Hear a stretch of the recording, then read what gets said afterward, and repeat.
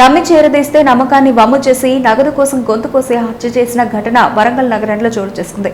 నగరంలోని wells colony police station పరిధిలోని రంగసాయిపేటలో బీహార్కు చెందిన దురిషా అనే వ్యక్తి కూలీ పనులు చేసుకుంటూ అద్దె ఇంట్లో ఉంటున్నాడు. ఇదే క్రమంలో బీహార్కు చెందిన తన్వీర్ ఆలం రామన్నపేటలో అద్దె ఇంట్లో ఉంటూ కూలీ పనులు చేసుకుంటున్నాడు. ఇద్దరిది ఒకే ప్రాంతం కావడంతో మిత్రులయ్యారు.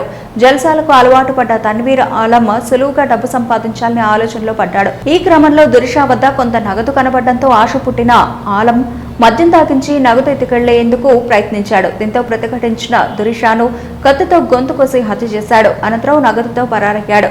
కేసు నమోదు చేసుకున్న పోలీసులు ఈరోజు తన్వీర్ ఆలంను అరెస్టు చేసి రిమాండ్కు తరలించారు.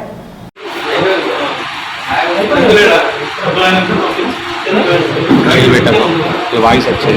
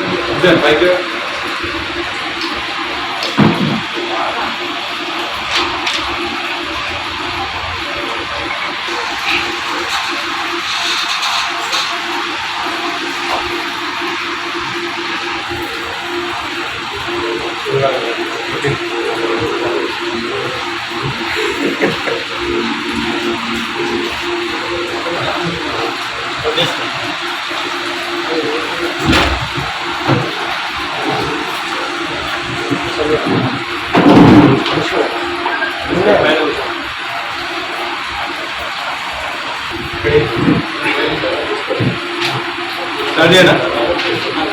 ఓకేనా?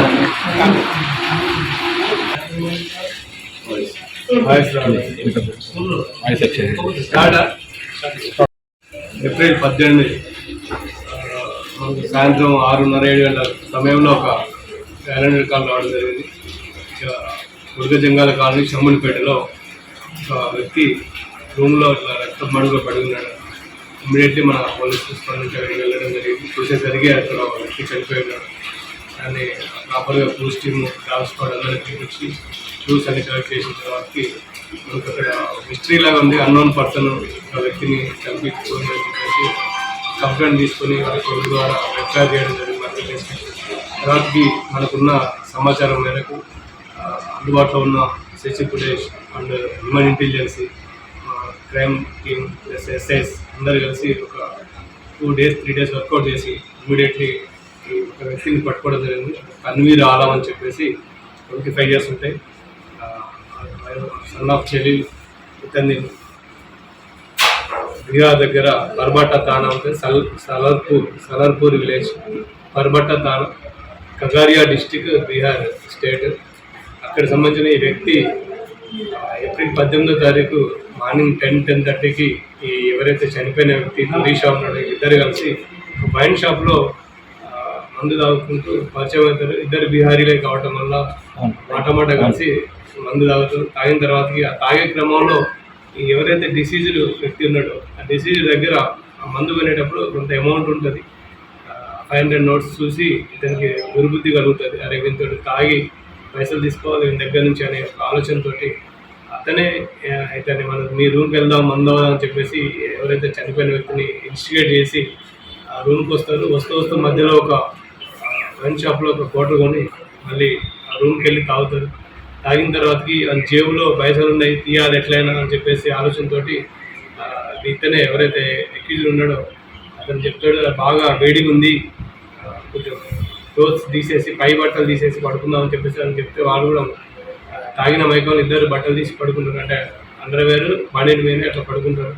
ఆ క్రమంలో వీడు పడుకున్నాడని డిసైడ్ చేసుకొని ఎవరైతే ఎక్కిజుడు ఉన్నాడో ఈ డిసీజ్ ప్యాంట్లోంచి డబ్బులు తీసే క్రమంలో లిక్విడ్ తోటి అతను లేచి అడుగుతాడు క్యాకర్రే ఉంటే ఇతను అడుగుతాడు ఏం చేస్తున్నాను అడిగితే ఇతను భయపడి అరే నన్ను గుర్తుపట్టిండు ఈ దొంగతనం చేసి ఏమైనా పెడతారు అని చెప్పేసి నన్ను కొట్టి పారిపోయే క్రమంలో వాడు పట్టుకుంటాడు. పట్టుకొని ఇతని నా డబ్బులు నాకు అని ఆపే క్రమంలో అతను దగ్గరలో ఉన్న కత్తి తీసుకొని అతని మీద కూర్చొని పీక కోసి గొంతు మీద ఒక 2-3 సార్లు స్టాబింగ్ ఇంజరీ చేస్తారు. చేసి ఆ డబ్బులు తీసుకొని కత్తి అక్కడ దగ్గరలో ఉన్న దగ్గర పడేసి పరిగెత్తుకుంటూ మన షమ్మునిపేట జంక్షన్కి వచ్చి ఆ నుంచి ఆటో ఎక్కి అగ్రబిడ్జి దగ్గర దిగి అక్కడ నుంచి ఆ దగ్గరలో అతని రూమ్ ఉంటుంది, అక్కడికి వెళ్తాడు. వెళ్ళిన తర్వాత కూడా మనకు ఇంకా ఎటువంటి క్లూ లేవు, నేను ఎవరికి తెలియదు, వాడు ఒక్కడే చూస్తుంది అనే ఆలోచనతో అతను అక్కడే అదే రూమ్లో ఉండిపోవడం. 2 days తర్వాత మళ్ళీ పనికెళ్ళే క్రమంలో మనకు దొరకడం జరిగింది. ఆ తర్వాతకి ఈ మన ఫుటేజ్ కానీ రిమైనింగ్ అన్నీ చూస్తూ బీహార్ అడ్డాల మీద అతని గురించి వెతికే క్రమంలో ఒక వ్యక్తి మేస్త్రి అతను గుర్తుపట్టి సరిగ్గా ఎంతమంది నా దగ్గర పనిచేసేవాడు.